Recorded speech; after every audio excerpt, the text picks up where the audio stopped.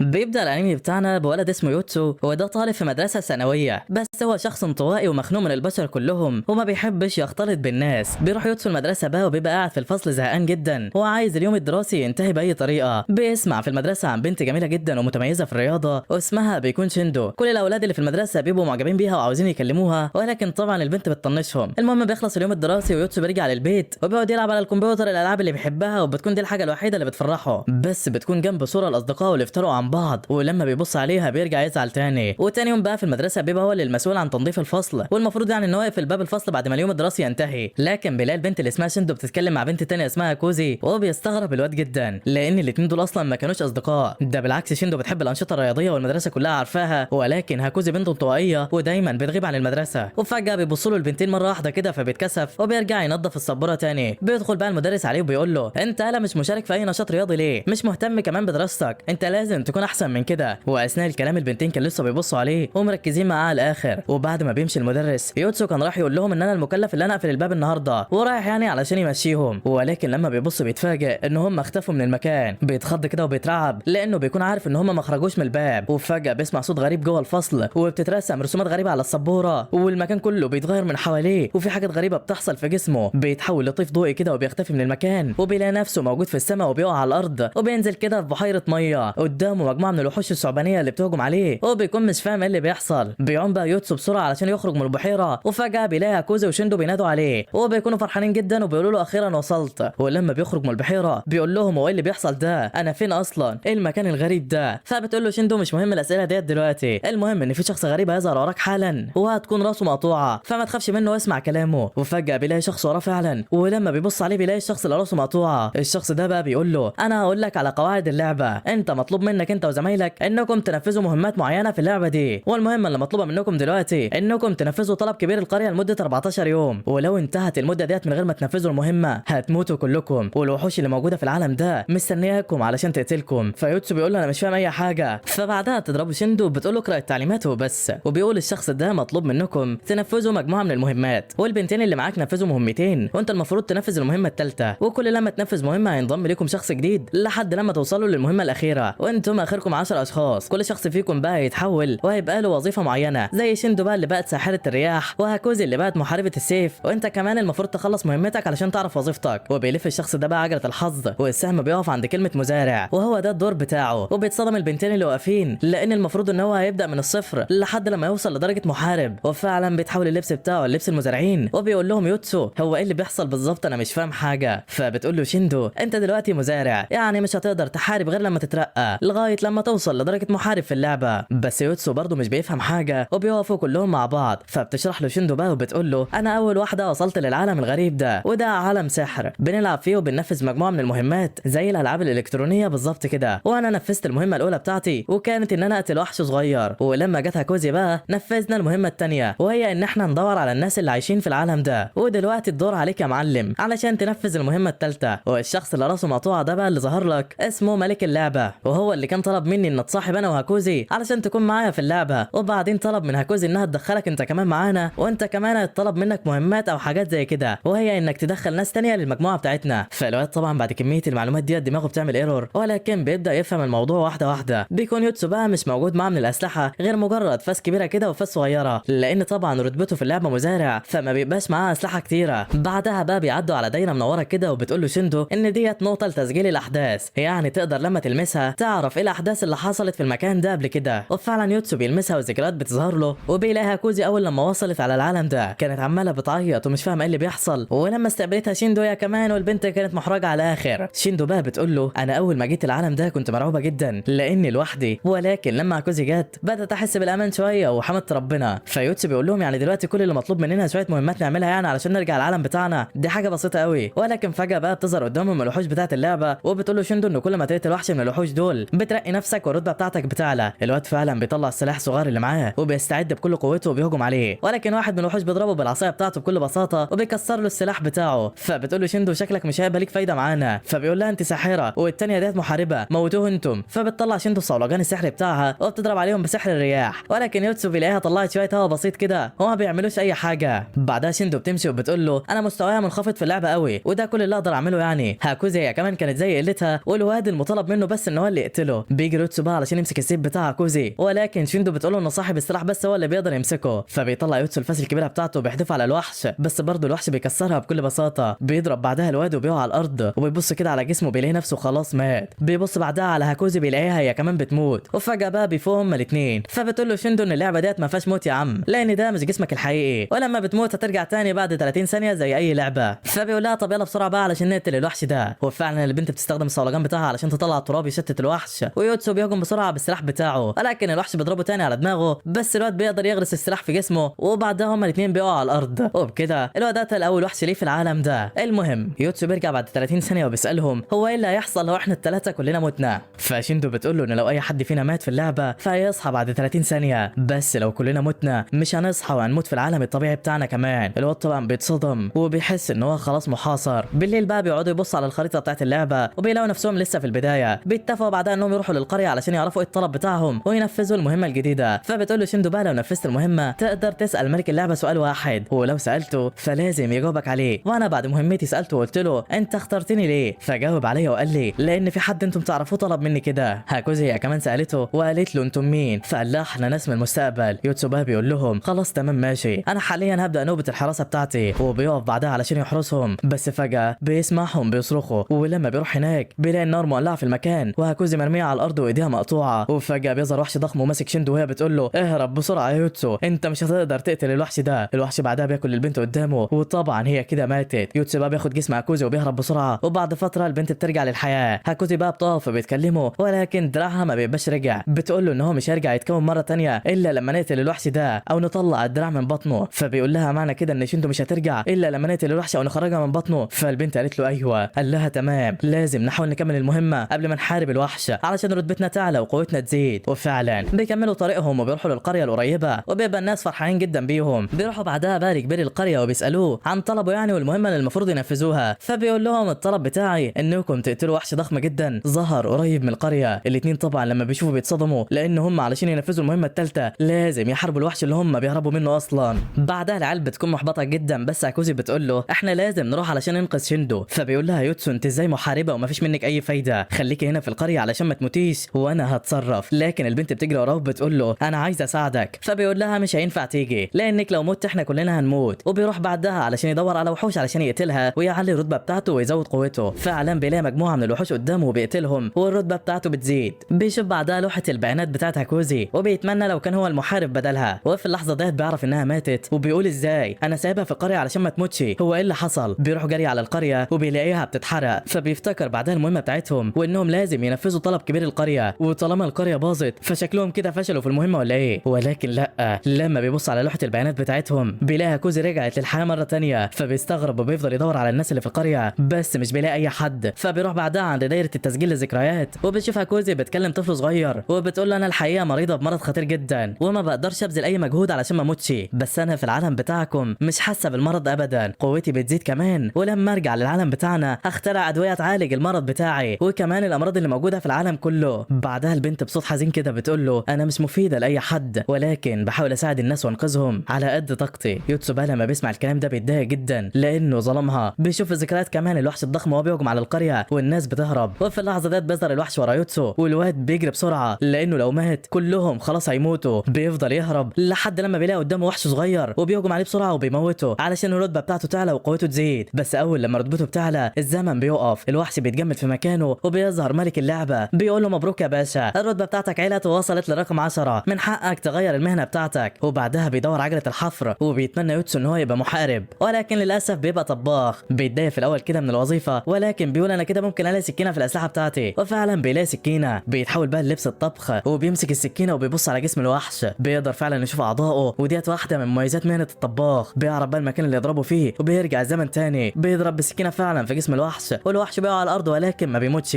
وفي اللحظه دي بقى شيندو وهاكوزي بيرجعوا للحياه تاني وبيخرجوا من بطنه. شيندو بقى بتقول له انا ما كنتش متوقع انك تنجح في المهمه ولكن هو ايه اللي انت لابسه ده. فبيقول لها اصل انا بقيت طباخ. والوحش هو كمان في الوقت ده ما كانش لسه مات وبيستعد علشان يهجم عليهم ولكن واضح ان الوحش ابتدى يتعب بسبب الجرح اللي في بطنه. وفعلا الواد بيهجم على الوحش وبيدخل السكينه فيه ولكن جلده بيبقى صلب جدا وما بيعرفش يوصل له. بيحاول الوحش يضرب يوتسو وبيضرب البنتين وبيموتهم ولكن بيرجعوا للحياه تاني. بيقول يوتسو بقى لشيندو استخدمي سحر الرياح بتاعك، وبعدها بيهجم على الوحش بكل غباء. بيدخل فعلا السكينه جوه جوه الجرح وبيحاولوا يضربوا بالسكينه هناك، ولكن الوحش بيطلعه وبيرميه بعيد، وشندو بتطلع على ظهره في الوقت ده وبتستخدم الصولجان بتاعها وبتطلع الرياح وبتفجر دماغه. بعدها الوحش بيقع، وكده تمت المهمه اخيرا وبنجاح. بيظهر بعدين ملك اللعبه بقى ورا يوتسو وبيقول له انت دلوقتي تقدر تسالني السؤال بتاعك. الواد طبعا بيتصدم، ولكن كان محضر له السؤال اصلا. بيقول له هو احنا بعد ما نخلص المهمه بتاعتنا ايه اللي هيحصل؟ سيد اللعبه بقى بيوري له فيديو للمدينه بتاعتهم مستقبلا واللي اتدمرت وانتشر فيها الوحوش. بيشوفوا بعدها وحش ضخم جدا وخطير، وفجاه الكل بيرجع للعالم الطبيعي بتاعهم. هاكوزي بقى لما بترجع بتكون مظلومه وبتقول لهم هو احنا المفروض نحارب الوحش ده ولا ايه؟ فبتقول لها شيندو مش عارفه، بس ما علينا احنا يلا بينا نعيش حياتنا الطبيعيه دلوقتي ونستعد علشان نرجع للعبه تاني. فيوتسو بقى بيسالهم كده وبيقول لهم هو ايه اللي هيحصل لو فضلنا في العالم بتاعنا؟ شيندو بتقول له هنموت كلنا، وبيبصوا على الساعه كده بيلاقوا ان الوقت ثابت، وهم اصلا رجعوا في نفس الوقت اللي اتنقلوا فيه. بيعرفوا بقى ان الزمن جوه اللعبه مختلف عن الزمن بتاعهم، وهم يعتبروا ثابتين في المكان. وبعدها بقى شيندو بتطلب من يوتسو يوصل هاكوزي على البيت علشان هي تعبانه يعني ومش هينفع تمشي لوحدها. ولما بيمشي بيبص بقى للمدينه وبيقول لنفسه انا بكره الناس دي، بس واضح ان المهمه الاساسيه بتاعتي ان انا انقذ المدينه دي من الدمار، وشكل اللي جاي نار. بالليل بقى الواد بيفضل يتدرب وبيدرس شوارع المدينه، وفجاه بيتصل ملك اللعبه عليه بيقول له اسمع التعليمات اللي انا هقولها لك علشان دي المهمه الجديده بتاعتك. انت دلوقتي مطالب بانك تضم بنت جديده للمجموعه بتاعتكم، والبنت ديت موجوده في مدرسه البنات. فعلا يوتسو بيروح لهناك وهو بيكلم ملك اللعبه، بيلاقي مجموعه من البنات بيتنمروا على بنت وبينقذها منهم بالعافيه. بيمشوا هما الاثنين مع بعض، وبيسال بعدها البنت وبيقول لها انت اسمك ايه وليه البنات دول كانوا بيتنمروا عليكي؟ فبتقول له انا اسمي يوكا، والبنات دول كانوا بيتنمروا عليا لاني بعمل فيديوهات على اليوتيوب وهم يعني متغاظين مني وعاوزين يعملوا زيي. وبعد فتره بقى يوتسو بيلاقي نفسه اتنقل للعالم السحري ودخل جوه اللعبه، والمره دي بتكون معاهم يوكا واللي هي نفس البنت اللي انقذها يعني. بتبقى مستغربه المكان زيه، وبيظهر لها ملك اللعبه برضه بيقول لها على التعليمات. بيدور عجله الحظ والمهنه بتاعتها بتظهر وبتكون ساحره نار. بيقول لهم بقى ملك اللعبه المره دي لو متوا هتصحوا تاني بعد 40 ثانيه مش 30 زي كل مره، والمهمه بتاعتكم انكم توصلوا البضائع لمدينه اسمها مدينه راديو قدامكم 40 يوم ويلا سلام. فعلا العيال بتستعد علشان ينفذوا المهمه الرابعه بتاعتهم، ولكن فجاه بيظهر قدامهم حشره عملاقه بتطلع من جسمها حشرات تانية على شكل دوده وبترمي عليهم حشرات على شكل كور. بتيجي واحده في يوتسو وبيموت، وبتستعد موكا علشان تستخدم سحر النار، ولكن طبعا سلاحها ضعيف جدا لان رتبتها لسه قليله، وبتخبط فيها حشره تانية وبتموت هي كمان. شيندو وهاكوزي بس اللي بيكونوا مستخبيين، وبعد ال 40 ثانيه العيال بتفوق تاني. الواد يوتسو بقى بيطلع السكينه وبيقدر يضرب الكور اللي جايه عليه، وبيكون البنات مستغربين جدا هو ازاي قوته زادت بالسرعه دي. بعدها بقى الحشره العملاقه بتهجم عليه، والواد بينط على الحشره وبيطلع على ظهرها، بيطلع السكينه بتاعته وبيقطع رجلها، وبيطلب من هاكوزي تستخدم السلاح بتاعها. بيمسك ايديها فعلا بالسلاح وبينزل على الحشره العملاقه وبيقتلها فعلا، وفعلا بعدها الرتبه بتاعتهم بتزيد. بالليل بقى وهم نايمين بتقوم شيندو بتشوف يوتسو وهو بيتدرب وبيقعدوا مع بعض. شيندو بتمسك ايده كده وبتقول له انا مش قويه زي ما انتم فاكرين، انا ضعيفه جدا ومحتاجاك تساعدني ننهي اللعبه ديت ونرجع للعالم بتاعنا. الواد لما بيشوفها في الحاله ديت بيتاثر جدا وبيوعدها ان هو هيساعدها ومش هيسيبها ابدا. بعدها بقى وتاني يوم العيال بتروح للقريه اللي دمرها الوحوش، ولكن ما بيلاقوش الناس فيها. بيبقوا بقى مش عارفين هيعملوا ايه علشان يوصلوا لمدينه راديو دي، وايه البضايع اللي هم المفروض يوصلوها للمدينه ديت اصلا. بيظهر بعدها شخص كده راكب على حصان، وبيبقى الحصان ده شكله غريب. بيسالوه بعدها عن موقع مدينه راديو، فبيقول لهم مكانها بعيد جدا وفي اخر المملكه، انتم محتاجين 35 يوم بس علشان توصلوا هناك. العيال طبعا لما بتسمعوا بيتصدموا، وبيقول لهم الراجل انتم لازم تستخدموا خيول كمان لانكم لو مشيتم على رجليكم فمش هتوصلوا اصلا غير بعد سنه. فشيندو بعدها بتطلب منه يديلهم الحصان بتاعه، ولكن بيقول لها انا ما اقدرش لاني محتاجه وبستخدمه، ولكن لو عاوزين احصنه ففي مسابقه قتاليه بتتعمل دلوقتي في المدينه اللي جنبنا، واللي هيفوز فيها هيكسب 3 احصنه. فبيفرحوا جدا وبيقرروا يشتركوا في المسابقه دي. وفي طريقهم بقى بيشوفوا مجموعه من قطاع الطرق، والقطاع دول بقى بيقولوا دول شكلهم مجموعه من الابطال، احنا لو خطفناهم هناخد فديه كبيره. وبيهجم عليهم واحد من البلطجيه، ولكن يوتسو بيتفادى هجمته، وفجاه بيظهر صوره لملك اللعبه وبيقول له رتبتك قلت علشان ممنوع تهاجم البشر. فالواد بيتصدم وما بيكونش عارف يعمل ايه، وبيقرروا يجروا ويهربوا بسرعه علشان القطاع دول ما يقبضوش عليه، ولكن القطاع دول بيقدروا يقبضوا على شيندو، ويوكا بتاخد اكوزي وبيروحوا علشان ينقذوها. اما يوتسو بقى فبيسيبهم وبيروح يشترك في المسابقه القتاليه، بس للاسف يوكا واكوزي بيتقبض عليهم هم كمان، وتحس ان العيال دي جايه عليه بخساره يا صديقي. يوتسو بقى في الوقت ده بيحارب الوحوش الصغيره وبيقدر يقتلهم وبيزود رتبته، وبيظهر له ملك اللعبه بيحرك بعدها عجله الحظ وبيترقى وبيبقى ساحر. بيعرف بقى ان هو بقى معاه سحر العلاج، وكمان بقى بيقدر يقنع اي حد باي حاجه بسهوله.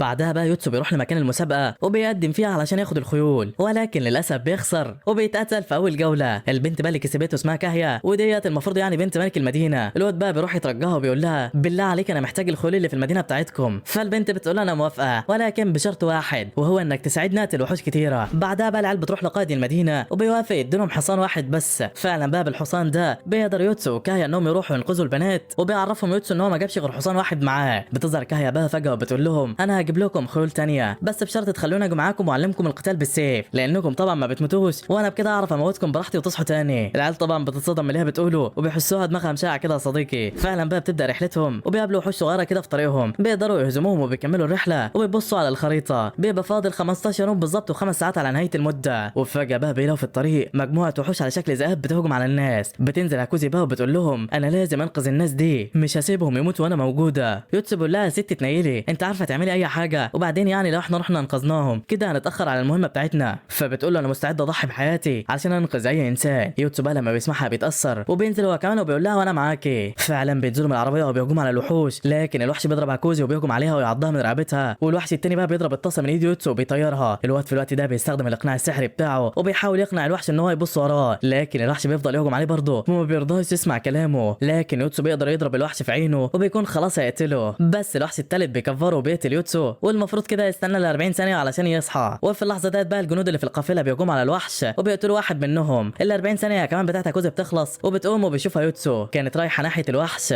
والوحش هو كمان شافها وبيهجم عليها. البنت بقى بتفضل ثابته في مكانها وبتفضل تقلب في الاسلحه بسرعه رهيبه، بتقول انا لامتى هفضل ضعيفه كده، انا لامتى هفضل الكل يلحقني، انا مش هكون ضعيفه تاني. الوحش هو كمان بقى بيهجم عليها بسرعه جدا، واول لما الوحش بيقرب منها بتطلع السيف بتاعها وبوم بيدخل في الوحش وبيقتله. بعدها ال 40 ثانيه بتاعت يوتسو بتخلص والوحش اللي فاضل بيهجم عليه علشان يقتله، ولكن الواد بيجري بسرعه ناحيه عربيه اصدقائه، واول لما بيقرب منها بتظهر كاهيا وراه وبتطير رقبته، وبكده اخيرا الكل اتلحق. بعدين بقى يوتسو بيبدا يعالج في المصابين اللي في القافله، وقائد القافله بيظهر وبيشكره على اللي عمله. بيساله بيقول له انتم رايحين فين؟ فبيرد قائد الجنود وبيقول لهم رايحين على مدينه راديو علشان نودي الاثنين رجاله دول واللي معاهم الطفل علشان يتعدموا هناك لانهم خالفوا اوامر الملك وما سمعوش الكلام. هنا بقى العيال بتفكر وبيقولوا لنفسهم ان ممكن البضائع اللي ملك اللعبه عايزنا نوصلها هي الناس دول، ولا ده فخ معمول لنا علشان ملك اللعبه يشوفنا ولا ايه؟ هنا اتحطوا ما بين خيارين، يا ينقذوا الناس من الموت او ينفذوا المهمه. في اللحظه ديت بقى كاهيا بتقول لهم الملك بتاعكم ده ظالم جدا، عايز يقتل ناس بريئه لمجرد مخالفتهم للاوامر، وكمان مش عاوز يقتلهم في مدينتهم، لا ده عاوز يقتلهم في مدينه تانية علشان شكله بيفكر يحتل كل المدن، عايز يعمل لنفسه سمعه ويخوف بقتل الناس ديت كل المدن اللي عايز يحتلها. انا عمري ما اسمح بحاجه زي كده. بس قائد القافله بقى بيقول لها انا عارفك يا كاهيا، انت قائده الفرسان في مدينه صغيره، مدينتك ملهاش اي لازمه، ولو عرضتينا الملك هيدمر المدينه بتاعتكم كلها. بعدها الاثنين بيستعدوا علشان يهجموا على بعض، ولكن شندو بتمنعهم في اللحظه الاخيره. يوتسو بقى بعدها بيجمع البنات وبيقول لهم احتمال البضائع اللي هنوصلها لمدينه راديو تكون الناس دي. قال لهم يعني وانا من رايي نروح معاهم لمدينه راديو نوصل الناس دي هناك، ولو المهمه اتنفذت فخلاص هننقذ الناس دي، اما لو لا فهننقذ الناس ديت برضه بعدها ندور على المهمه. في اللحظه ده بقى مساعد القائد بيقول انا شايف انهم ما كانش لازم يجوا معاهم. القائد بيقول له ما تقلقش احنا لازم نوصل المساجين دول لمدينه راديو. وبالنسبه للابطال فانا محضر لهم مفاجاه رهيبه. بيبداوا فعلا يتحركوا، ولما القافله بتقف علشان يرتاحوا يوتسو بيطلب من قائد القافله ان هو يكلم الكاهن، ولما بيكلم الكاهن فعلا بيساله انتم مين وايه اللي رماكم هنا. الكاهن بقى بيرد عليه وبيقول له احنا مجموعه من الناس اعتنقنا دين جديد، الملك بقى اتضايق جدا من ده وقتل ناس كتيره مننا جدا، عذبهم وحرق بيوتهم وقرر ان هو يعدمنا في مدينه راديو احنا والطفل ده علشان بس نكون عبره لكل الناس، وانا مش عاوز حاجه من الدنيا غير بس ان الطفل الصغير ده ينجو من حكم الاعدام. يوتسو بقى لما بيسمعهم بيتاثر جدا وبيفهم كل حاجه بتحصل. بعدها بقى لما بيتجمعوا يوتسو بيسال قائد القافله وقال له انتوا ليه عاوزين تقتلوا الناس دول؟ فقال له الملك بتاعنا طيب جدا، عاوز يجمع كل المدن تحت حكمه علشان ينشر الخير والسلام والعدل، وعلشان كده انا بسمع كلامه. وقتها يوتسو بيقول في نفسه كل واحد منهم عنده منطق مقنع ومؤمنين بافكارهم، شايفين ان اللي بيعملوه هو الخير الصح، ولكن احنا مش عارفين الدنيا هتودينا على فين. وفجاه في نص الكلام يوكا بتقول لقائد القافله انت فاكرنا هنصدق الكلام العبيط اللي بتقوله ده؟ اي ملك بيحاول يحتل المدن بيبقى بيحاول بس يحسن صورته قدام الناس ويظهر يعني ان هو بينشر العدل والخير، لكن في الحقيقه الملك بتاعكم ده ملك ظالم ممكن يقتل ناس ابرياء علشان بس يوصل لهدفه. وابسط مثال اللي عمله ده قائد الطائفه لما بيسمعها بيتعصب وبيقول لها انا ما اسمحلكيش تقولي كده، انا ما اسمحلكيش تتكلمي على الملك بتاعنا بالطريقه الوقحه دي. يوتسو وشندو بقى بيحاولوا يهدوا الموضوع وفعلا بيمنعوا الكلام في الموضوع ده نهائي. بعد كده كاهيا بقى بتدربهم على استخدام السيف وبتشرح لشندو ازاي تستخدم السلاح علشان تدافع عن نفسها. في الوقت ده بقى كوزي بتقول يوتسو احنا فاضل لنا 13 يوم و12 ساعه لسه ما عرفناش ايه البضايع اللي هننقلها ولا حتى وصلنا لمدينه راديو دي. بيكملوا طريقهم بقى لحد لما بيوصلوا عند جبل كبير وبيقول لهم قائد الجنود احنا لازم نعدي من وسط الجبل ده، ولكن انا اعرف طريق مختصر لو دخلنا فيها نوصل بسرعه جدا. فعلا بيتحركوا في الممرات اللي في وسط الجبال، وواحد من مساعدين كاهيا بيساعد يوتسو علشان يزقوا العربيه بتاعتهم. بيقول المساعد انا مبسوط جدا علشان انا معاكم في الرحله دي، انا ليا الشرف ان انا اكون جنبك يا بطل. يوتسو بقى لما بيسمعه بيرد عليه وبيقول له انت انسان طيب جدا على فكره. بيكملوا طريقهم لحد لما بيوصلوا لتحت في الجبل وبيدخلوا جواه. بيقول لهم بقى قائد الجنود الهنود. الكهف ده فيه آلات معدنية لازم نستخدمها علشان تفتح لنا الطريق، والمكان ده بقى بيبقى عبارة عن قاعة ضخمة جدا، وفعلا بعد ما بيستخدموا الآلات بتندفع المية والترس بيبدأ يتحرك وبيظهر طريق حجري قدامهم. لكن فجأة باب الكهف بيتقفل عليهم. بيظهر قائد القافلة كده من مكان وبيقول لهم دي نهاية الرحلة بالنسبة لكم، واحنا عمرنا ما هنسافر مع ناس بتهين الملك بتاعنا. حاولوا تنقذوا نفسكم وتخرجوا من هنا، مع ان الشك انكم تقدروا تعملوا كده. يلا سلام. طبعا العيال بيتصدموا كلهم لان وقت المهمة قرب ينتهي، لو ما نفذوهاش في الوقت ده هيموتوا كلهم. يوتسو اكتر واحد فيهم كان مصدوم ومش عارف هيعمل ايه، وفعلا لما بيوصل الطريق الحجري بتقف عليه كهيا كده وبتقول لهم يلا نبدا نتحرك، يلا نحاول نطلع من هنا. فعلا بيبداوا يتحركوا، بتقابلهم شواكيش عملاقه في ممر مستحيل اي حد يعرف يعديه، ولكن يوتسو بيفهم اللعبه وبيطلع لمكان عالي كده وبيلاقي مجموعه من الاحجار اللي مرسوم عليها رموز. بيختار حجر منهم وبيبدا يحركهم في اتجاه مختلف، وفعلا الشواكيش بتبدا حركتها تقل لحد لما بتقف تماما. بيتحركوا بعدها بالعربيه ببطء علشان ما يتزحلقوش ويقعوا من على الممر ده. يوكا طبعا كانت مرعوبه، وفعلا بيوصلوا عند ممر تاني. بيقول يوتسو بقى واضح ان الممر ده سهل جدا والمفروض نمشي فيه وخلاص، لكن لما بيبدا يمشي بتظهر حيطه بتضربه والواد بيقع على الارض من مكان عالي وبيموت. بيصحى بعد ال 40 ثانيه وبيقول انا المفروض كنت اخد بالي واعرف ان الموضوع اكيد مش سهل كده. هاكوزي بقى بتقول لهم انا عندي فكره علشان نعدي من هنا. بتجيب ورقه وقلم وبتبدا تحسب الوقت اللي ما بين كل حيطه. فعلا بيعرفوا الوقت الحقيقي، وبتبدا شيندو تمشي في الممر. بتنجح انها تعدي وبيوصل البنات كلهم وبيقولوا ليوتسو احنا هنتحرك ونحاول نكمل المهمه بسرعه، اما انت فحاول تخرج من هنا باسرع وقت. فعلا الواد بيحاول ان هو يطلع ولكن بيفشل. البنات بيوصلوا بقى عند باب كبير، ولما بيفتحوه بيلاقوا قدامهم وحوش صغيره، وبيشوفوا كمان قدامهم تمثال ضخم لازق على الحيطه، ولكن بيتفاجئوا بان التمثال ده نزل على الارض وبيبصوا لهم كده وبيساعد علشان يقتلهم. في الاثناء ديت بقى يوتسو كان بيحاول لسه يطلع، بيقدر يطلع اخيرا ولكن بيكون متعصب جدا. بيقول انا هقتل اللي حبسنا هنا. بيكمل طريقه وبيحاول يمشي في المكان وبيبقى مش شايف اي حاجه من الضلمه اللي حواليه، لحد لما بيلاقي دايره ذكريات كده وفعلا بيلمسها. اول لما بيلمسها بيشوف البنات وهم واقفين بيعيطوا. المساعد بتاع كاهيا ميت قدامهم، ويوتسو بيلاقي جثه الراجل ده. بيفتكر الذكريات اللي كانت بينهم وبيبقى زعلان على الاخر. بيقول انا اكيد هنتقم من اللي حصل ده، مش هسيب تضحيتك تروح بالساهل يا صاحبي. بيكمل طريقه جوه الكهف فعلا، والبنات بتكون الوحوش بتهجم عليهم. بيبداوا يحاربوها ولكن عددها بيبقى كبير، وبيقرب منهم الوحش العالي الضخم ده. بتجري عليه كاهيا هي وشيندو وبيوصلوا عند الدايره اللي في وسط الممر. بيشوفوا عليه مفتاح متعلق كده، وبتقول كاهيا لازم ناخد المفتاح علشان نفتح الباب ونعدي الناحيه الثانيه. بتهجم على الوحش فعلا وبتبدا تحاربه، وشيندو بتضرب الخفافيش وبتوقعها على الارض. ولكن فجاه الوحش الالي بيغرس مخالبه في جسم البنت وبتقع بعدها من الممر في الميه وبتغرق. وشيندو ما كانتش مصدقه، هي كاهيا ماتت ولا ايه؟ الوحش بقى بيبص لها كده وبترجع وهي مرعوبه لانها عارفه عمرها ما هتقدر عليه. ولكن وهي بترجع بتتكعبل في الخفاش اللي على الارض ده وبتموته، والوحش هو كمان بيهجم عليها علشان يقتلها. بس فجاه الزمن بيوقف، الوحش الالي اتجمد في مكانه. شيندو هي كمان بتفتكر كلام يوتسو وهو بيقول لها لما توصلي للرتبه رقم 10 الزمن هيقف ويطلع لك ملك اللعبه علشان تغيري المهنه بتاعتك. فعلا شيندو بتكون وصلت لرقم 10 بعد ما قتلت الخفاش ده بالصدفه. ملك اللعبه بقى بيظهر لها وبيلف عجله الحظ، والبنت برضه بتفتكر في كلام يوتسو لما قال لها لو الزمن وقف استغل الثواني ديت انك تهجم على الوحش اللي قدامك قبل ما يتحرك حتى. وفعلا بتروح ناحيه الوحش وبتهجم عليه وبيرجع الزمن مره ثانيه، ولكن شيندو بتتحول، بتبقى محاربه ومعاها سيف وبتضرب الوحش بالسيف بتاعها، ولكن ضلوعه بتبقى قويه جدا ما بتقدرش توصل لقلبه. الوحش بقى بيستخدم المخالب بتاعته وبيضربها، بس بتقدر تنقذ نفسها وبتطلع بسرعه، تجيب السيف بتاعها وبتطلع الدرع وبتبص بعدها على جسم الوحش بتلاقيه مجروح، وبتفتكر كلام كاهيا. بتفتكر معلمتها ازاي تستخدم السيف وبتقول لها انها لازم تضرب في اماكن محدده علشان تعرف تقتل الوحش. فعلا بتحدد مكان القلب في الوحش وبتهجم عليه بسرعه جدا. بتحاول انها تغرس السيف في قلبه، ولكن الوحش بيستخدم المخلب بتاعه وبيقطع لها ايديها، ولكن هي بتهرب منه وبتطلع على ظهره وبتمسك ايديها المقطوعه اللي فيها السيف وبوم بتغرسه في قلبه. الوحش اخيرا مات. يوتسو بقى بيكون يجري علشان يلحق يوصل عند البنات، وبيوصل فعلا في اللحظه دي. الوحش الالي بقى بيقع على الارض، وشيندو بقى بتقول له انت اتاخرت قوي كده ليه؟ ده انا قدرت اهزم الوحش بنفسي يا عم. بتقول له كمان ان كاهيا خلاص اتقتلت، والواد على طول بيجري بسرعه وبينط في الميه. بيبص على كاهيا اللي مرميه على الارض وعماله تنزف، وفعلا بيقدر ينقذها. ولما البنت بتفوق بتقوم وهي مش مصدقه انها لسه عايشه. بيقول لها المساعد بتاعها يوتسو هو اللي انقذك من الميه وقدر يعالجك كمان، ولكن بذل مجهود كبير واغمى عليه من التعب. البنت بقى بتبص عليه كده وبتقول له شكرا انك انقذتني، وفي عينيها نظره اعجاب وحب واضح جدا. في اللحظه ديت بقى بيوصلوا البنات وبيشوفوها وهي بتبص له باعجاب، فبتتكسف منهم جدا. بالليل بقى كوزي بتقول له يوكا فاضل لنا 7 ايام و10 ساعات ومش عارفين يوتسو هيفوق امتى. وفجاه الواد بيفوق وبيقول انا فهمت كل حاجه. ايوه البنات بتستغرب وبتقول له انت فهمت ايه؟ بيقول لهم انا فهمت ايه البضائع اللي احنا المفروض نوصلها. ملك اللعبه لما طلب مننا مهمات قبل كده ما حددش حاجه معينه، وكمان في المهمه بتاعتنا اي بضائع ممكن ناخدها وخلاص ونوديها لمدينه راديو، وساعتها وساعتها ننفذ المهمه بتاعتنا، ومعنى كده ان الناس اللي محكوم عليهم بالاعدام لازم ننقذهم. بس علشان نقدر ننفذ المهمه باسرع وقت لازم ننقسم لمجموعتين، انا ويوكا هنروح ننقذ الناس، وشيندو وهاكوزو يروحوا يدوروا على اي تاجر رايح للمدينه يكون معاه بضايع وتساعدوه في انكم توصلوها للمدينه، وبكده يبقى نفذنا المهمه بنجاح. طبعا كاهيا بتساله وبتقول له انا دوري هيبقى ايه، فبيقول لها انت اللي هتنفذي الانتقام الاخير، وانا عندي خطه علشان نقدر نهزم القائد ده وننقذ الناس. فعلا شيندو وهاكوزو بيتحركوا علشان يدوروا على تاجر معاه بضاعه، بيبقى معاهم كمان المساعد بتاع كاهيا. يوتسو بقى بيشرح لكاهيا ويوكا الخطه بتاعتهم، وبيقول لهم انا عايز قائد الجنود يبعت رساله للملك ان المهمه فشلت من غير ما يكون لكاهيا دخل في الموضوع علشان ما يهاجمش على المدينه بتاعتها. فعلا كاهيا بتفهم الخطه وبتقول له اتفقنا. وتاني يوم بيقدروا يلاقوا قائد الجنود فعلا وبيراقبوه من بعيد، وبالليل القائد بيبقى واقف يتكلم مع الجنود بتوعه كده بيحمسهم علشان يكملوا المهمه، ولكن بيتفاجئوا ان يوتسو داخل عليهم وبيسلم. القائد بيستغرب كده وبيقول له انت ازاي قدرت تهرب من الكهف، انا متاكد انك مت هناك. بيأمروا الجنود يقتلوه بسرعه، فبيقول لهم يوتسو نتكلم بالراحه لاني مش جاي علشان نتخانق، انا جاي بس علشان اتفاوض معاكم، وانتم عارفين كويس انكم مش هتستفيدوا حاجه لو حاربتوني، يعني لو قتلتوني مهما قتلتوني فانا هصحى كده كده بعد 40 ثانيه وفي الاخر هقدر اقتلكم برضه. فبيقول له القائد يعني انت جاي هنا ليه دلوقتي؟ يوتسو بيقول له ان كاهيا والمساعدين بتوعها ماتوا في الكهف، واثنين كمان من الابطال اللي معايا وقعوا في حفره مش عارفين يطلعوا منها، وما فاضلش غير انا والبنت الفقر دي. بعدها بينادي على يوكا وبتظهر من وراهم وبيقول لهم انا هديكم فرصه لحد شروق الشمس، لو انتم ما سلمتوش لينا الثلاث اشخاص اللي معاكم انا هستعمل سحر الابطال بتاعي وهقتلكم كلكم. بعدها بيمشي هو ويوكا وبيسيبهم. بعد ما بيمشي بقى القائد بيتصدم وبيقف يتكلم مع جنوده علشان يعرفوا هيتصرفوا ازاي في الوضع ده. بيقول لهم احنا لازم نقتل الولد ده بسرعه علشان نقدر نخلص المهمه بتاعتنا. واحد من الجنود بيقول له ازاي يا ريس، ده واحد من الابطال ومهما قتلنا فيه مش هيموت. فالقائد بيقول له يبقى ما فيش غير حل واحد، لازم نقبض عليه ونحبسه معانا لحد لما تنتهي المهمه ويفشلوا. وفجاه بقى بيسمعوا صوت يوكا وهي بتدخل عليهم وبتقول لهم ازيكم. طبعا الرجاله بتترعب وبيقولوا انت مين اللي جابك هنا، فبتقول لهم وطوا صوتكم شويه لان انا جيت من غير ما يوتسو يعرف، انا جاي علشان اعرض عليكم صفقه هتخلصكم من كل الموضوع ده. القائد طبعا لما بيسمعها بيتصدم وبيقول لها انت عايزه ايه؟ بتقول لهم انا مستعد اخدكم دلوقتي واعرفكم المكان اللي يوتسو فيه علشان تقبضوا عليه وهو نايم. فبيقولوا لها وانت ليه تعملي كده اصلا، انت شكلك عاوزه توقعينا في فخ. البنت بتقول لهم لا انا مش فارق معايا يوتسو ولا غيره، انا مش عايزه مشاكل مع اي حد وعلشان كده عايز اخلص منه. القائد فعلا بيقتنع بكلامها وبيقول لها انا هاجي معاك انا واحد من الجنود. بيكلم بقى الجندي التاني وبيقول له افضل انت هنا واحرس المساجين دول. يوكا بقى بتبقى مبسوطه وبتقول لنفسها خطتك ماشيه كويس جدا يا يوتسو، وفعلا بتكون مهمه يوكا ان هي تاخدهم وتشغلهم لحد لما يوتسو ينقذ المساجين. وكل لما يسالوها بقى في الطريق احنا هنوصل امتى بتقول لهم كمان شويه، لحد لما بيزهق قائد الجنود منها وبيأمر الجندي اللي معاه ان هو يقتلها بالسيف بسرعه. بيقول له يلا نرجع بسرعه لانه واضح ان ده كان فخ. بيربطوها فعلا بحبل علشان لو فات بعد 40 ثانيه بيرجعوا مره تانية بقى ناحيه المكان اللي فيه المساجين، ولكن القائد بيتفاجئ. يوتسو واقف قدامه وبيقول له المهمه بتاعتك فشلت يا باشا، انا قتلت المساجين الثلاثه وجثثهم مرمين زي ما انت شايف كده، هو حتى الجندي بتاعك انا هولع فيه دلوقتي. فعلا بيولع في المكان كله والجندي بيصرخ وبيتحرق. بيقول له القائد انت اكيد مجنون، انت ازاي تحرقه وهو عايش؟ في اللحظه ديت يوكا بقى بتستخدم سحر النار وبتقطع الحبل اللي مربوطه بيه وبتهرب بسرعه وبتنط ورا يوتسو على الحصان. بيجروا هما الاثنين من المكان. يوكا بقى لما بتركب ورا بتقول كويس ده هم بيجروا ورانا زي العبط، لانهم لو شافوا الجثث اللي بتتحرق هيكتشفوا الحقيقه كلها. هنا بقى بنعرف ان يوتسو انقذ المساجين الثلاثه بعد ما قبض على الجندي وربطه وغطى وشه واستخدم لبس المساجين، ولبس اللبس ده لعرايس لعبه وكان عملها من القش علشان تبان شبه المساجين وان هو قتلهم يعني وولع في المكان كله. بيقول بعدها بقى يوتسو كده هم يبعتوا رساله للملك ويقولوا له ان كاهيا والمساعدين بتوعها ماتوا والابطال هم اللي بوظوا المهمه بتاعتنا كلها، وبكده مش هتحصل اي مشاكل للمدينه بتاعت كاهيا. بيوصلوا فعلا عند كهف في الجبل وبيكونوا مخبين فيه المساجين الثلاثه بعد ما الطفل ده اتعالج وفاق. بيروح يوتسو بقى ليوكا كده وبيقول لها لو كاهيا عملت المهمه بتاعتها يبقى الخطه بتاعتي نجحت بالتمام والكمال، لكن لوكا بتقول له حتى لو احنا موجودين في لعبه وفي عالم غريب انت ازاي قدرت انك تحرق شخص وهو عايش؟ فبيقول لها ان العالم ده عباره عن لعبه مش بشر حقيقي، وعادي يعني اما احرق اي حد. اما شيندو هاكوزي والمساعد بتاع كاهيا فبيبقوا قاعدين وهم محبطين جدا. بتقول بقى هاكوزي احنا بقالنا 3 ايام لسه مش لاقيين اي تاجر لحد دلوقتي، الوقت بتاع المهمه بتاعتنا قرب ينتهي وشكلنا كده هنموت ولا ايه؟ في نفس الوقت ده بقى كان قائد الجنود متضايق جدا لدرجه ان هو بيعيط، وده بسبب فشل المهمه بتاعته، وكده الملك مش هيثق فيه مره تانية. فعلا بيبعت الملك رساله بكل اللي حصل ده وبيقول يا ترى الملك هيعمل فينا ايه لما نرجع، ولكن بوم بنتفاجئ ان الجندي بتاعه بيتقتل. ايوه الوحش كاهيا ظهرت في المكان وبتقول له ما تخافش من الملك بتاعك لانك اصلا مش هترجع له. القائد طبعا بيبقى مش مصدق اللي بيحصل وبتقول له كاهيا بقى بطريقه مرعبه كده امسك السلاح بتاعك لان ما بحبش استقوى على الناس اللي زيك. فعلا القائد بيمسك السلاح وبيهجم عليها بقوه، ولكن هي بتستخدم السيف بتاعها وبتقطع له ايديه بعدها رجليه. بعدها الجندي بيقع على الارض وهو بيصرخ من الالم، ولكن هي بتقطع رقبته بالسيف وبتقول له انا كده انتقمت للمساعد بتاعي. بتاعي. وعلى الناحيه الثانيه بقى في القصر الملكي، بعد ما الملك عرف الاخبار ديت بيكلم واحد من رجالته بيقول له الابطال دول رغم ان هم طيبين وما بيأذوش البشر ولكن اتدخلوا وبوظوا المهمه بتاعتنا، علشان كده انا عايزك تدور على اي طريقه علشان اقتل الابطال دول وانتقم منهم. فعلا الراجل بيرد عليه وبيقول له انا هنفذ كل اللي هتطلبه مني، وشكله كده ما بيهزرش يا صديقي. في الوقت ده بقى يوتسو بيقول له يوكا انا عايز اخد معايا 3 حاجات احتمال يكونوا هم البضايع اللي مطلوبه مننا نوصلها للمدينه. راديو فعلا بيحط له 3 صناديق صغيره كده في العربيه، وبتقول له يوكا وهي خايفه انت متاكد انك عايز تاخد الصناديق دي فيها حاجات غريبه جدا. بيقول لها احتمال دي تكون البضاعه، وفعلا بيبداوا يتحركوا علشان يقابلوا شندو. بتبص بقى كاهيا كده على يوتسو اللي كان في الوقت ده بيكلم الولد الصغير وبيبقى واضح انها معجبه بيه جدا. بتفضل يوكا بقى تبص لها بطريقه خبيثه كده وبتتاكد ان شكلها كده بتحبه. ولما بقى بيقفوا في الطريق كاهيا بتروح ليوتسو كده وبتكون عايزه تعترف له بحبها وبتقول له انا عايزه اقول لك على حاجه. طبعا يوكا بتبقى مستخبيه ورا الحصان وعايزه تسمع هي هتقول له ايه، ولكن كاهيا بتتكسف منه وما بترضاش تقول له حاجه وبيكملوا طريقهم بعدها عادي. يوكا بقى بتكون مبسوطه ومستمتعه جدا بالاحداث الرومانسيه اللي بتحصل حواليها وبيبص عليها كده وهي بتعمل حركات غريبه بتحاول تلفت نظر يوتسو. والولد ده بيسال يوتسو بيقول له هي البنت ديت بتعمل كده ليه، هي طبيعيه؟ فيوتسو بيقول له يا عم عادي سيبك منها ده دماغها مشيعه. بتفضل يوكا بقى تعمل خطط خبيثه طول الطريق عشان تخلي كاهيا تعترف بحبها ليوتسو، ولكن كل خططها بتفشل لدرجه ان هي طلبت من كاهيا ان هي تساعد يوتسو في الطبخ علشان يعني يعرفوا يتكلموا مع بعض وتدي لها فرصه تعترف له. ولكن ما بتلاقيش كاهيا اصلا، واول ما بتشوفها بتلاقيها داخله عليهم وهي شايله شيء كبير جدا وضخم وبتقول لهم انا اصطدت الخنزير ده علشان ناكله، وهي ديت الطريقه بقى اللي انا هساعد بيها يوتسو في الطبخ. طبعا يوكا بتتصدم وبتقول لنفسها البنت ديت غريبه قوي فعلا. فبتفكر يوكا في خطه جديده تساعدها بيها وبتطلب من يوتسو ان هو يتدرب مع كاهيا على استخدام السيف يعني وكده. وبتقول لنفسها هي بتحب التدريب واكيد يعني لما يتدربوا مع بعض هتتشجع وتتنحنح وتقول له حاجه. ولكن بتتفاجئ ان كاهيا خلصت على يوتسو وبتقول لها يلا الدور عليك يا شاطره. بتفضل تجري وراها ويوكا بتهرب منها، وحرفيا مشهد من اكتر المشاهد اللي ضحكتني الصراحه. في الناحيه الثانيه شيندو بقى وهاكوزي بيلاقوا تاجر رايح لمدينه راديو ومعاه بضايع علشان يوصلها للمدينه. فعلا بيركبوا معاه علشان يوصلوا لمدينه راديو، وفي الوقت ده بيتحرك التاجر اللي معاه البضاعه ومعاه البنات كمان علشان يوصلوا للمدينه. ولما بيوصلوا لمدينه راديو بيودوا المساجين للكنيسه علشان يبقى مكان امن ومحدش يقدر يتعرض لهم، ولكن ما بيبقوش هم البضايع اللي المفروض يوصلوها والمهمه لسه ما اتنفذتش. الحاجه الثانيه بقى اللي قال عليها يوتسو هي السيوف والحاجات بتاعه الجنود، ولكن برضه ما بتطلعش هي البضاعه المطلوبه. وكده بقى ما فاضلش غير الحاجه الثالثه والاخيره واللي هي الحاجات اللي موجوده في الصناديق دي، وبتكون عباره عن رؤوس القائد والجنود اللي قتلوهم وقطعوهم يعني وحطوها في الصناديق دي. والغريبه دي بتطلع فعلا البضايع المطلوبه وبيقدروا ان هم ينفذوا المهمه. في الوقت ده بقى شيندو هاكوزي كانوا ماشيين كده مع التاجر اللي رايح لمدينه راديو، ولكن بيتفاجئوا ان المهمه اتنفذت وبيتقابلوا كلهم في المدينه. بيستعدوا بقى علشان ينفذوا المهمه اللي بعدها، وبتبقى المهمه الجديده بتاعتهم ان هم ينتشروا في المدينه كلها ويحاولوا يكبروا الخريطه بتاعتهم اللي هي الخريطه بتاعت اللعبه يعني اللي معاهم، ويوصلوا لاماكن كتيره جدا ما شافوهاش لحد دلوقتي. فعلا الاربعه بينفصلوا عن بعض علشان يغطوا مساحات اكبر، ولكن قبل ما يوتسو يتحرك بيقف في مكان كده وبيبص على البحر والشمس. بيتفاجئ بقى بان كاهيا جايه ناحيته وبتبقى قررت ان هي تصارح يوتسو بحبها. فعلا بتقف جنبه وبتستعد علشان تقول له انا بحبك، بس بتلاقيه بيستعد علشان يمشي والبنت بترجع عن كلامها بتساله بتقول له انت خلاص هتمشي؟ فبيقول لها لازم امشي علشان انفذ المهمه الجديده. كاهيا في الوقت ده بترجع بقى عن قرارها وبتمد لها ايده وبيسلم عليها وبيقول لها بعدها انا فرحان جدا جدا ان انا شفتك، اتمنى اشوفك مره تانية. وبعدين بيمشي. البنت طبعا بتقرر انها تكتب المشاعر جواها وما بترضاش تقول له حاجه وبتفضل واقفه كده تبص عليه من بعيد،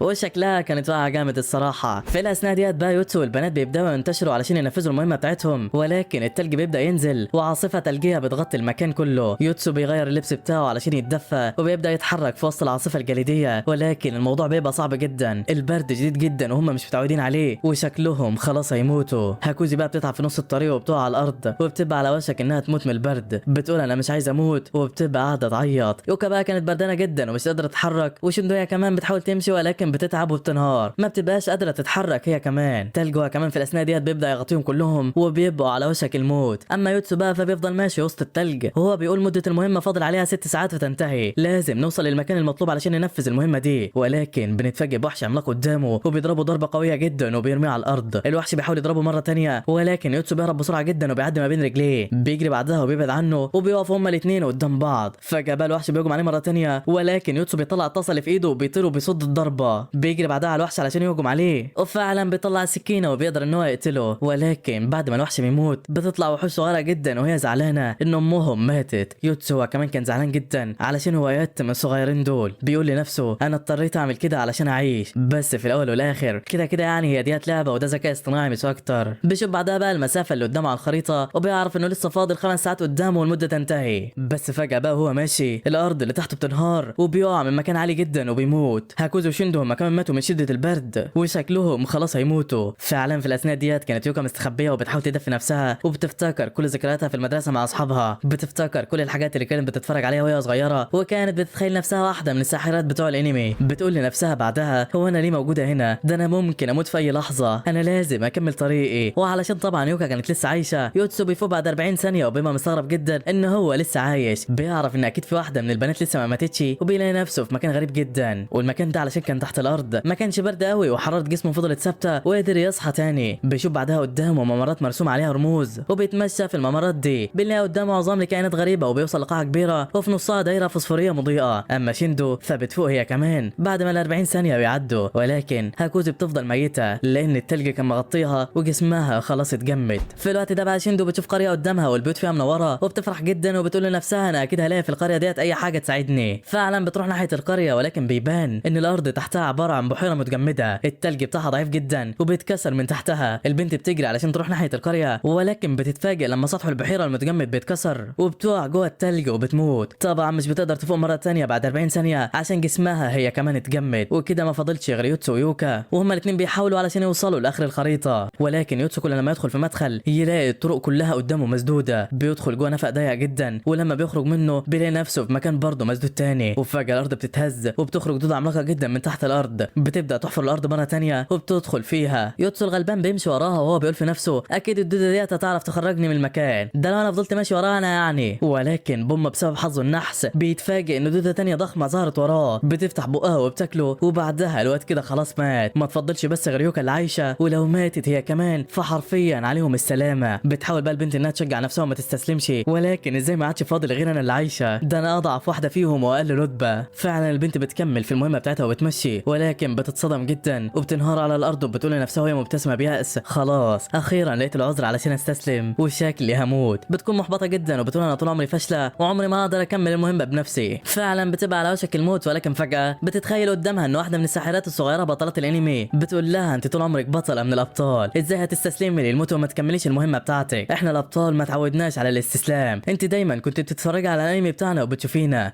واحنا بنحارب الشر بكل انواعه، وانت كمان المفروض ما تستسلميش وتبقي زينا. يوكا لما بتسمع الكلام بتعيط وبتمسك الصولجان بتاعها وبتتحمس وبتقول بصوت عالي انا لازم اكمل المهمه، انا مش فاشله. فعلا بتكمل في طريقها ولكن بتبدا تتعب من شده البرد وبتتخيل قدامها شخصيات الانمي اللي هي بتحبها علشان تشجعها، بس بتقف وهي مرهقه وبتشوف قدامها قطه ضخمه جدا. في بنت راكبه على القطه دي وبتقول لها البنت انت واحده من الابطال صح؟ تعالي معايا لو عاوزه تكملي المهمه بتاعتك. يوكا بقى لما بتشوفها بتكون مفكره انها بتتخيل، بس بعدها بتكتشف انها حقيقيه. بتركب على القطه فعلا والبنت تاخدها معاها، بيجروا بسرعه بقى علشان يوصلوا للمكان المطلوب. ولكن يوكا بتحس باليأس، بتقول مستحيل ان احنا نوصل في الوقت المحدد. بتفقد الامل وبتقول في بالها المهمه عمرها ما تتنفذ، اكيد كلنا هنموت. بتبدا تعيط وبتقول في نفسها خلاص اللي حصل حصل. ولكن البنت بتقول لها ما تقلقيش هنوصل في الوقت المحدد. بوم بتطلع من ايديها سلاح وبتقول تعويذه سحريه وبتظهر طاقه سحريه قويه. بتبدا القطه تطير بسرعه رهيبه ويوكا بتستغرب جدا لما بتشوفها، بتسالها وبتقول لها انت واحده من الابطال ولا ايه؟ فبتقول لها البنت لا انا مجرد واحده بعرف استخدم السحر وبس. بتبص بعدها يوكا على كارت المهمه بتاعتهم وبتلاقي ان الوقت قرب يخلص، وفي الوقت ده البنت بتعمل طاقه سحريه قويه تانية وبتطير القطه بسرعه والوقت بيكون جرى وميعاد المهمه خلاص قرب ينتهي.